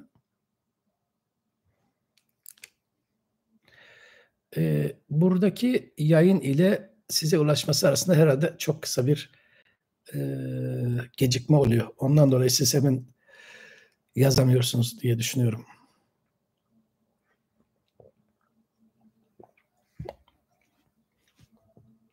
Peki sorunuz varsa siz düşünün. Ben buradan biraz daha ilerleyeyim. Bu satır burada bitiyormuş. Bu sayfa. Kumara elignin arkışı. Aslında tek başına burayı çözebiliriz. Öbür sayfaya geçmeden. Kumare biraz Hint filmi seyredenler bu kumar kelimesinin Hintçe bir isim olduğunu anlarlar. O dönemde sonunda 3 heceliymiş. A varmış. A'lar eski Gürce E ile geçermiş. Kemisu liman olabilir mi? Yok liman değil çünkü bu açık deniz yok orada. Açık deniz yok. Orada açık deniz yok. Peki. Elig bunu biliyoruz değil mi? Elig. Elig. İlik diye yazar bazı eski kaynaklar. Hükümdar demek. Eli olan el sahibi. Memleket sahibi. Yaygın etimoloji anlayış Elig için bu şekilde. Ben bizim harflerle yazıyorum. Gerçi diyeceksiniz ki bu aksanlı harf de bizim değil. Çünkü onu bulmak için Macintosh'un kötü özelliği sol tarafa gideceksiniz. Küçük bir P harfini bulacaksınız. Oradan gidip E'yi bulacaksınız ve basacaksınız. Bu çıkacak. Evet. Ellik. El, ülke, hanedan, devlet, halk hepsi var değil mi? Bu dönemine ve coğrafyasına göre bu anlamlar değişir. En başlangıçta halk daha çok. Ellik, ülkeli veya halklı. Ve L'nin birisi kaybolmuş, elik olmuş. Böyle anlatıyorlar. Bilmiyorum ben ama çok da yabana atılır bir görüş değil. olabilir. İliknin genitif, ilgi, yani ismin in hali. Arkış. Arkış. Mac'te nasıl kolay yolu var bilmiyorum. Eski Mac'imde kolaydı da bu Mac'te, bu Mac OS'larda, Mac OS onlardan sonra bilmiyorum. Arkış kervan demek. Kervan. Yazıtlardan bileceksiniz. Yazıtlar ile bunun arasında 300 yıllık bir dönem var. Onu unutmayın. 300 yıl. Makrolardan kısa yol herhalde Word'de atanır. Şu an bir resimde çalışıyorum. Yazıtlar 730'lu yıllarda en yaygın yazıtlar. Onun öncesi sonrası tabii uzun bir dönem eski runik harfli yazıtların dili. Bu ise bu metnimiz 1030-1040'lar. 1030-1040'lar. 300 yıl sonrasına ait. Moğolistan'daki dili düşünün ve ondan çok uzak bir coğrafyada. Bunun çevrildiği yer de belli, mekan da belli. Beşbalık, Pencükent, Beyting veya Çince Beyting, Uygurcası Cimsar. Şimdi Cimsar diyebilir Uygurlar, Beşbalık diye bilmezler. Cimsar diye bilinir.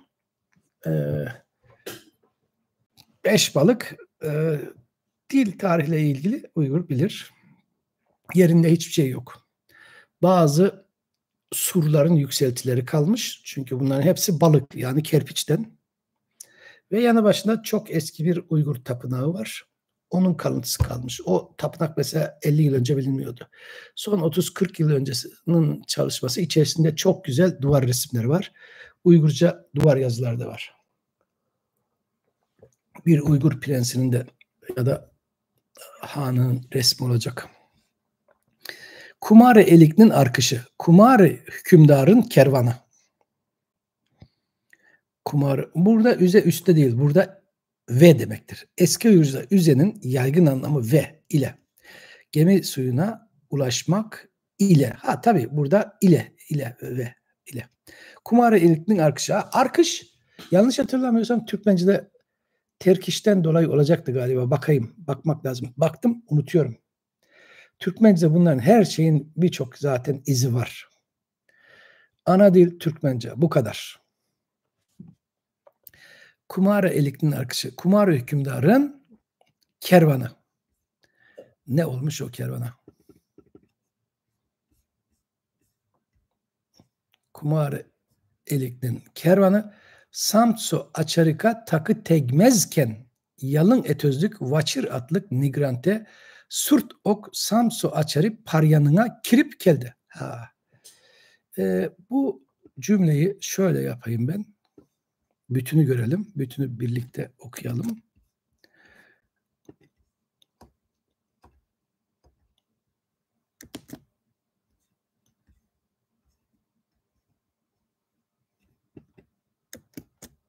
Hoppa. Şimdi şunu en yukarıya koyayım. Görebilmeniz.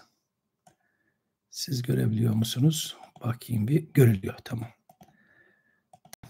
Kumara Elik'in arkışı Samso Açarika takı tegmezken yalın etözlük vaçır atlık nigrante surt ok Samso açarı paryanına kirip geldi. Önce tek tek sözcükleri açıklayacağım. Sonra ekleri açıklayacağım. Sonra birlikte çeviri yapacağız. Biraz genişleteyim ama sizin neyi görebildiğinizden de emin olayım. Bütünü görebildiğinizden emin olayım. Ondan sonra açıklayayım. Çünkü benim görüntüm kapatıyor. Bazen tamam. Kumara Elik'nin arkışı. Kumara hükümdarın kervanı. Samsu Açarı. Bu bir bütün isim diye söylemiştim. Aslında gerçek adı Xuanzang. Yani bilinen resmi adı Xuanzang. Şöyle rengi de seçelim. Açarı adı. Takı tekmezken. Takı bu da çok eski sözümüz. Dahi, da, ve dahi anlamdaki son takımız. Evet, takıyı son takı diye adlandıralım. Daha güzel. Çünkü takı sözcüğü de var içinde. Dahi. Tegmek fiili bizim. Tegmezken. Ulaşmamış iken. Ulaşmazken. Yalın bizim bugünkü yalın. Sade anlamda. Sade ama çıplak. Çıplak da oluyor. Etözlük. Etöz. İşte Uygurcanın kendine özgü sözcük türetim yeteneklerinden birisidir bu etöz. Bilen biliyor ama bilmeyen için de açıklamamız lazım. Bakın alttan okunuşunu görelim. Bir elif, bir t, bir elif, bir vav, bir y, bir z. Bunu niçin tek tek açıkladım? Şöyle ki burada bir sözcük var. Et. Sonra burada bir sözcük daha var. Öz. İki sözcük olduğu için birleşik iki sözcüğü birleşerek bir kelime oluşturan iki sözcüğü imla olarak iki ayrı kelime gibi yazmış. Bir elif, bir t yazmış. Sonra öz yazacak. Yine bir elif, bir vav, bir y. Ö'yü böyle yazmış. Eğer ki etöz tek bir sözcükten oluşuyor olsaydı şu elifi yazmasına hiç gerek yoktu. Etimolojik şeklini yazmış bunun. Et ve öz. Yani et bizim bildiğimiz et, öz de yine bildiğimiz öz. Etöz ikisi birlikte vücut. Bununla ilgili bir hatıramı anlatayım. Şaka olarak böyle dedim. 20 yıl boyunca, 20-25 yıl boyunca bu kelimeden geçtiği bir metne işlediğimde her grup öğrencimden Hacettepe'de, Yıldız'da ve Boğaziçi'nde bu derste şaşmayan cevap. Vücut, vücut, vücud, vücut, vücud ya da vücut yazan çok az öğrenci çıkardı. Bu vücut Türkler için zor. Et ve öz böyle. Etözlük bu sıfat yapmış. Vücutlu. Yalın etözlük çıplak vücutlu, çıplak bedenli. Vaçir atlık nigrante. Vaçir. Vaçir Sanskritçe bir sözcük. Bu sert taş, değerli taş o anlamda. Vajra sözünün, Vajra'nın Uygurca'da aldığı şekil buradan Moğolca'ya da geçmiş. Moğolca'da epey de şekli değiştirmiş. Uygurca'da vaçir, vajir, vaşir, vijir çok şekilleri varmış. Ara şekil Sanskritçe olabilirmiş. Sanskritçe'de elmas, mücevher, yıldırım anlamında varmış. Vaçir. Atlık hatırlıyor olacaksınız artık. Adlı. Nigrante yukarıda geçmişti. Vaçir adlı Nigrante Jayna rahibi oluyordu. Nigrante veya çıplak rahip. Surt ok. Bu ikisi birlikte olacak. Surt ok. Hemencecik. Aniden. Çok geçmez. Ben bir türlü kendi sözlüğümü bulamadım. Tamam buldum burada. Kendi sözlüğümden bakayım. Bu surt ok Uygurcanın hazinelerinden birisidir.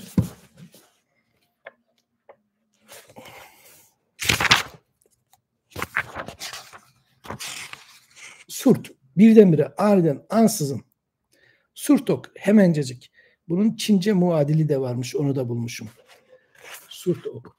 Sonrasında acaba eski Türkçe'de surtok ne kadar yaygındı? Uygurca sonrası.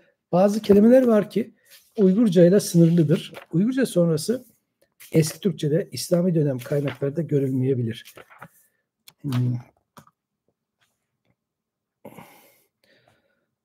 Doğrusunu söylemek gerekirse Sir Gerard Clausen hocamızın sözlüğünde bile yok bu. Türkiye'de benim sözlüğümde olacak. Ama Jens Wilkins Hoca çok da buna yer verdi tabii. Ben biraz yavaş birisiyim. 10 yılda bitiremedim redaksiyonu. Orada olacak surt ok. Ben ama bakayım ne tür kaynaklarda geçmiş. Budist kaynaklar ağırlıklı. Maneist kaynaklarda geçseydi bu kelime bilinirdi. Benim çalıştığım Budist kaynaklarda çok yaygın geçmiş. Altın Yaruk'ta var mıydı? Olsaydı gözüme çarpardı diye düşünüyorum.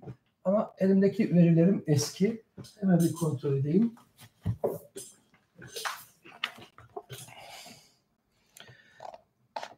Elimdeki kayıtlarım eski kayıtlarım. Yeni kayıtlarım çıktı almadım. Altın Yaruk'ta yok. Evet doğru. Altın Yaruk'ta da olsa Şöyle, Altınörük'te olsaydı zaten Klauson'da olma ihtimali de yüksek olurdu.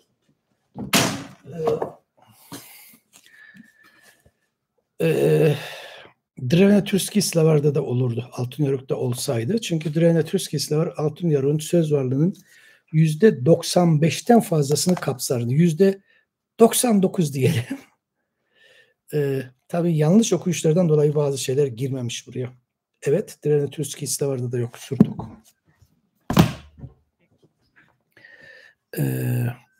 Tamam. Samsu açarı Paryan'ına girip. Paryan çadır, bir tür çadır. Bir tür çadır. Sanskritçe bir sözcük. Priyan diye de olabilir. Bakalım hangi eserlerde ne sıklıkta geçmiş.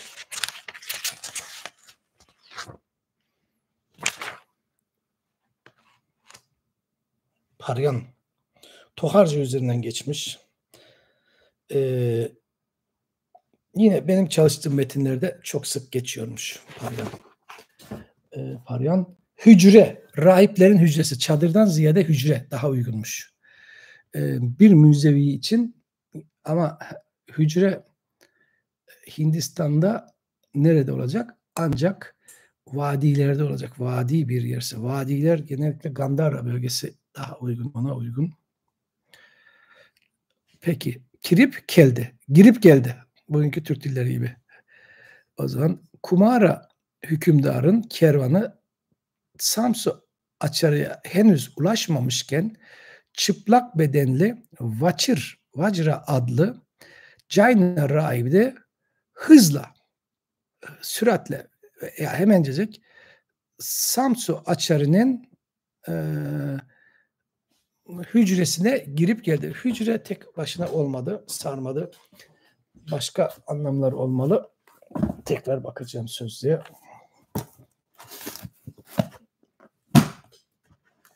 Paryanın çadır anlamı da olmalı.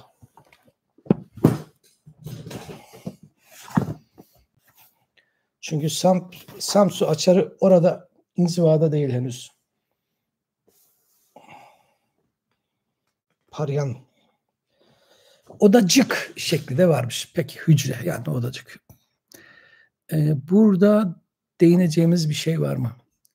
Nin genitif eki, ı iyelik eki, ka datif lokatif eki, takmak fiilinden ilave etmek, eklemekten ı zarf fiiliyle adlaşmış. Yalın, bugün yalın, yalnızdaki yalın, et özlü söyledim, lük sıfat yapıyor, lığli, adlık, nigrante, surtok, samsu, açarı, paryanın, kirip geldi, girip geldi, girdi. Paravan gibi de paravanın kökü başka olmalı. Peki, şu cümleyle metin okumayı tamamlayabiliriz. Samsu açarı ömre eşitmişi bar erti. Biraz bağlamı bitirelim isterim. Samsu üstadımızın, Samsu hocanın önceden işitmişliği var idi. Bakın çok çok kolay aslında burası. Burası özel isim. Ömre önceden. Ömre. Ömre bir belirteç, bir zarf. İki işlevidir. Bir zaman, bir mekan. Yani zaman, mekan yön anlamında. Yer yön bildirir. Doğu anlamındadır. Yazıtlarda çoğunlukla esasen doğu anlamındadır. Uygurca metinlerde ise önce, evvel anlamıdır. Sonra sözünün zıttı. Sonra, ömre. Önce, evvel. Önce, evvel demek. Samsu üstadın önceden, evvelden eşitmişi barerdi. Duymuşluğu, işitmişliği. Ama harfiyen işitmişi var idi. Ermek bugünkü imek fiili. Evet. Ne işitmiş hocamız? Bu nigrante uz körümçü ol tep. Bu Jaina rahibi veya bu falcının çok iyi falcılığı var diye. Usta manasındaki es-Türkçe usta. Usta şöyle, mahir, yetenekli. Bakayım siz görüyor musunuz şeyi kontrol edeyim ekranı. Evet. Samsu açarı İngilizce. Bonigrante us körümçü oltep. Bu Caynara Aybi mahir bir falcıdır diye. Tep diye şeklinde çevireceğiz. Burada cümle Samso'dan başlayıp tepe kadar devrik cümle. Buna da bakacağız. Ra yön eki ve zaman eki. Dedim ya, yer yön ve zaman ikisi de var. Öngre derken, sonra derken orada zaman değil mi? Sonra. Öngre dendiğinde ra re iki işlevlidir. Yazıtlarda mekan yani yer yön, Uygurca metinlerde zaman. Çoğunlukla tabii %100 değil. Üze kelimesinin içerisinde bu re olacak. Geçmişte üzre veya ürre şeklinde, daha doğrusu ürreden gelmiş diye Marcel hocamız açıklamıştı. Ondan aktarmış olalım. Körümçi. Körüm fal ise körümçi de falcı olur. Buyurun işte. Falcı kelimesinin en eski Türkçe şekli buymuş. Uygurların sözcük yaratma şekli. Yertinçi'ye nereden geldik? Yertinçi geçmedi. Evet çok şey var ama geçmedi henüz. Yertinçi'ye herhangi bir şekilde gelmedik burada. Yertinçi yer sözcüğü ve tın bununla açıklayan çok evet. Şu cümleyi tamamlamak isterim. Düz cümle okuyayım. Samsu açarı öngre Bonigrante us körümçü ol tep eşitmişi bar erti. Eşitmişi bar ertiyi tepten sonra koyarsanız Türkçe cümle çıkar. Bu metnin özelliği ise devrik cümlelerle ifade zenginliği sağlamak. İşte kavi non-bitik orada işte. Şiirsellik sağlamak. Sizler de biliyorsunuz ilk şiir yazmaya başlayanlar veya şiir yazmaya çalışanlar devrik cümle kurarak şiirsellik yaratmaya çalışırlar. Buradaki cümlede devrik. Bonigrante bu Caynara Aybi mahir. Umak fiili var. Umak yapabilmek, muktedir olmak, yeteneği olmak, yapma gücü olmak anlamında. Z fiilden isim yapar. Görüyorsunuz 2 harf bugün için. İçerisinde 2 unsur var. 2 birim var. Bir U fiildir. İkinci Z fiilden isim yapma ekidir. Var mı bugün bu Z ile herhangi bir kelimemiz? Gelecek haftaya kadar düşünün. Başka usta ile bu uzunda bir alakası yok etimolojik olarak. Bana kızmasın öz Türkçeciler. Bunu çok net bir şekilde yazdım ve anlattım. Ustaz kelimesinden gelen ustanın burayla hiçbir ilgisi yok. Konum ve işim o değil. Körmekten körüm, körümden çiğ. Ol. Ol ise kopula. Dır direktir. Körümçü ol, falcıdır. Eski Türkçe'de dırdiri sağlayan unsurlardan birisi isme gelen bu oldur. Başka erür vardır, turur vardır. Evet kömekten köz olabilir ama kömeği hiç rastlamadık. Onun için bir şey demiyorum. Tep deyip, temek fiilinden deyip, diyerek.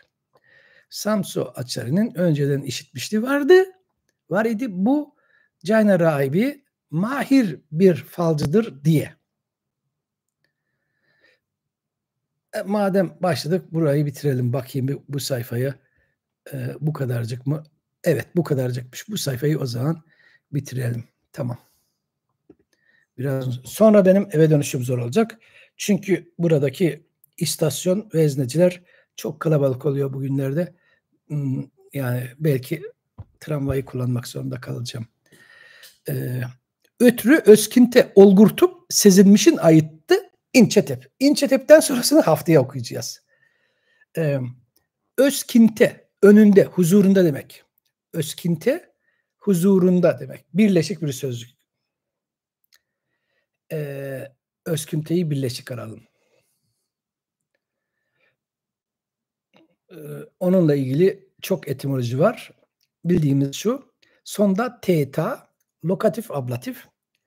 Buradaki ne? Zamir neyesi? İ iyilik eki. Özkünte huzurunda. Huzurunda.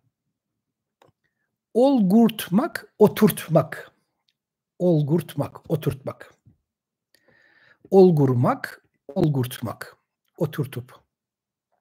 Ötrü ise son anlamdaki sözcük. Geçen hafta işlemiştik. Uzun durmayayım. Eğer bilmeyen varsa yine söylerim. Merak eden varsa söylerim. Sezinmişin. Bunu çok iyi anlıyorsunuz. Sezmek, sezinmek. Sezinmiş, sıfatlaşmış. Hissettiğini, hissetmiş olduğu şeyi, sezdiği şeyi. Bu iyilik ekidir, bu neye de akuzatif ekidir. Sezinmişin ayıttı, hissettiğini, tahmin ettiğini, sezdiğini ayıttı. Ayıtmak ne demek? Sordu. Aymak, söylemek, konuşmak. Ayıtmak ise sormak. T'li şekil, T'li form Es-Türkçe dönemde soru esaslıdır. Sonraki dönemlerde ayıtmak soru özelliğini yitiriyor, konuşmak anlamını kazanıyor. Bunun sebebi de çok büyük ihtimalle bugünkü bizim Türkçemizdeki sor, öteki Türk dillerindeki sora fiilinin onun yerine gelmesi.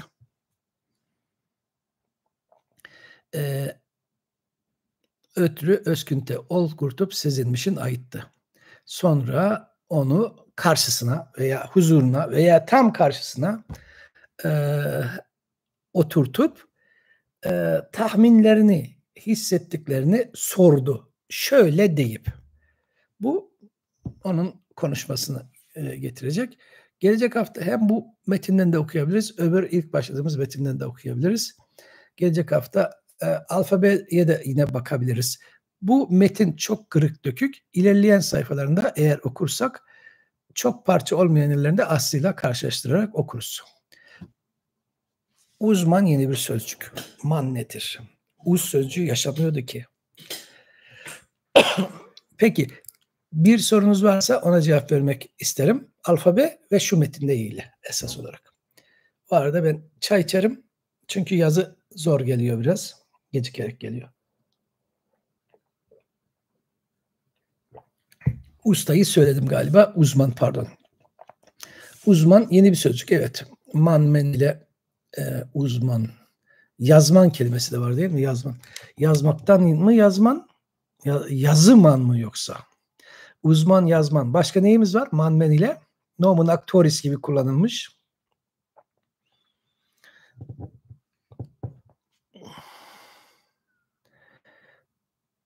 Körüm. Körkütmek geçti. Buradaki kiyenin olayı nedir? Ha, ekimiz evet. Tamam. Dahası buradaki gıt git de olabilir. Kör gitmek de olabilir. Kör git şekli de var. Kör git şekli de var. Yani, metni okuyana göre kör git veya kör git.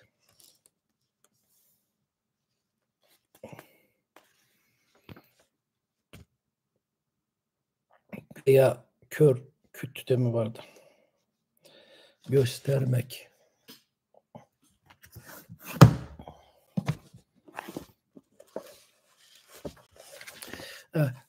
Evet, bu göstermek demek ki bayağı eskiden başlayarak farklı şekiller, özel şekiller. Kör gitmek göstermek demek. Körmek fiilinden ettirgen bir şekil.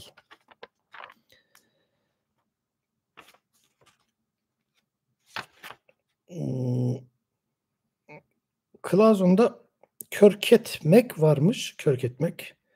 O başka bir şey. Pardon, kör gitmek. To show, evet. Görmek fiilinin ettirgenlik şekli demiş. Evet, o görmek fiilinin ettirgenlik şekli demiş.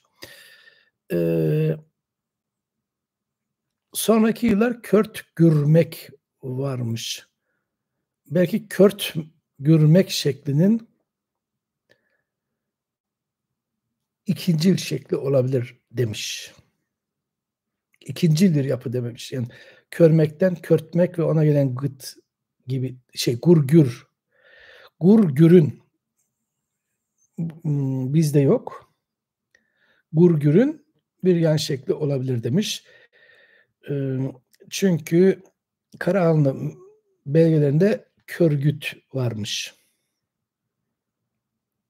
Körgit. Körgit.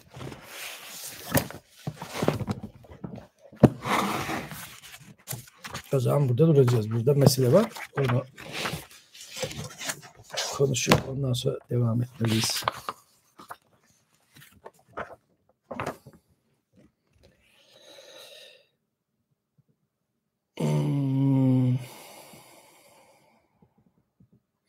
Marcel Bey'in çalışmasında bu tek başına alınmamış. Böyle bir şey ettirgen çatı başlığı altında yok. Demek ki ben de düşünüp hiç bakmamışım.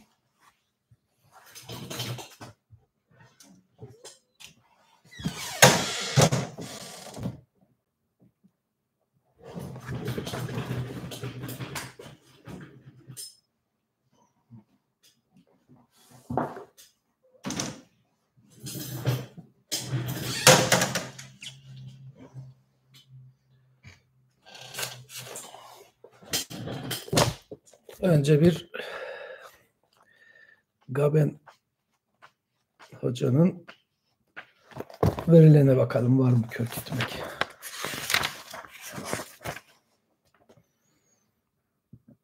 Kör kitmek. Galı geli içerisinde almış o sadece. Bunu mu açıkladı yoksa Galı'yı mı açıkladı? Bakalım. Neye değinmiş ki? Galı geliyi açıklarken yer vermiş ama kit şekline değinmemiş. Kör kit.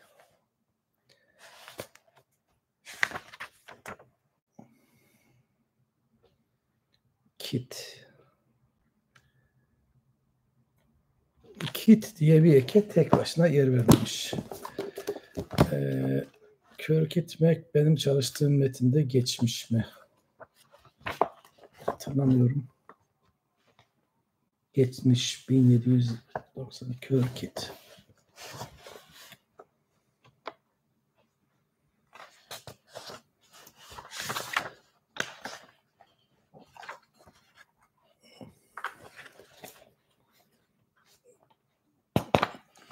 Benim çalıştığım bir metinde geçmiş.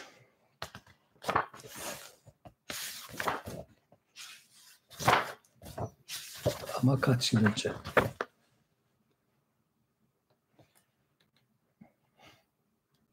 Bir defa geçmiş. Evet. Bir defa geçmiş.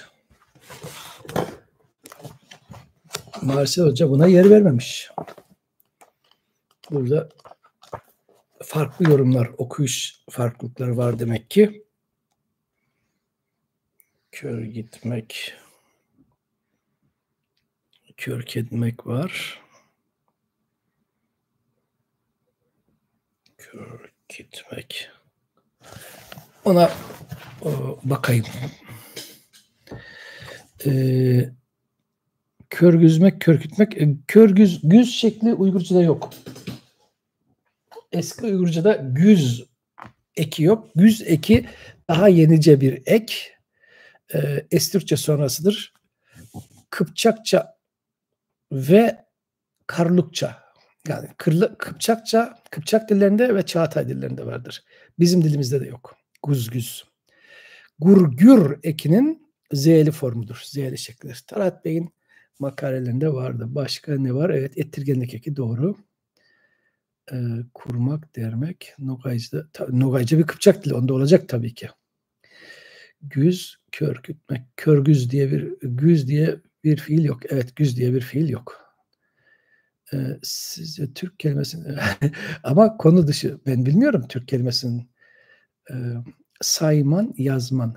Sayman. Evet, bunlar yeni kelimeler. Sayman, saymaktan. Peki yazman, yazmaktan. O zaman uzman neyden? Uzmak diye bir fiil var mı? Yok. Dil devrimizdeki bazı sözcüklerin sorunları böyle galiba. Peki şimdilik bu kadar. İyi akşamlar.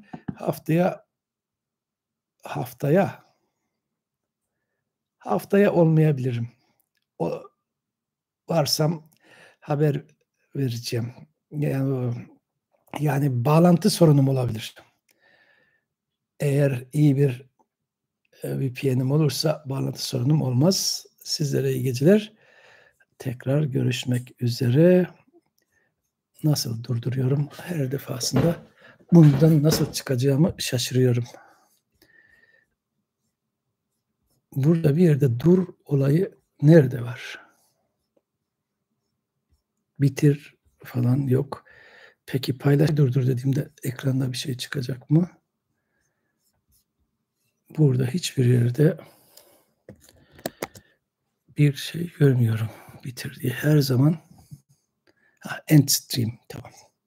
Peki. İyi geceler.